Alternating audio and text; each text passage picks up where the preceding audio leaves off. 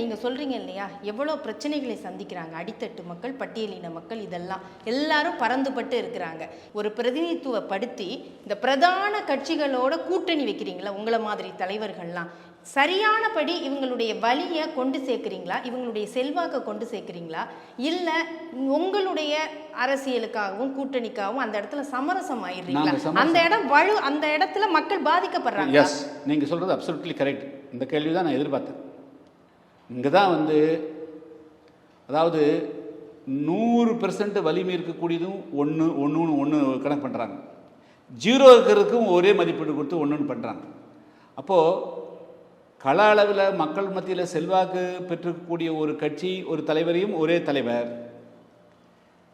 Criminal நடவடிக்கையில் ஈடுபட்டு கெட்ட பேர் வாங்கியிருந்தாலும் சரி, கொலை குற்றவாளியாக இருந்தாலும் சரி, தங்களுக்கு அடிப்படியாக இருந்தால் எடுபடியாக இருந்தால் கருங்காலிகளாக இருந்தால் போதும் அப்படின்னு நினைச்சும் கொண்டு நிறுத்தக்கூடிய போக்குகளும் உருவாகுது.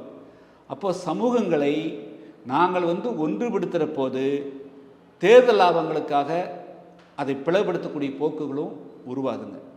இதனால் நாங்கள் ஒன்றுபடுத்துகிறோம், ஆனால் இந்த சமுதாயத்தினுடைய ஒற்றுமையை விரும்பாதவர்கள், இந்த சமுதாயங்கள் கீழேயே கிடக்கணுங்கிறது, இந்த சமுதாயம் மேலே வரக்கூடாதுன்னு நினைக்கக்கூடியவர்கள் போலிகளையும் இதே போல கொண்டு நிறுத்தி ரெண்டும் ஒன்றென்று காட்டி போலிகளையும் தவறானவர்களையும் அவர்களுக்கு சேவை செய்யக்கூடியவர்களையும் கொண்டு நிறுத்தி உண்மையான சக்திகளை, வலுவான சக்திகளை, இந்த மக்களுக்கு பாடுபடக்கூடிய சக்திகளை வலுவிழக்க செய்கிறார்.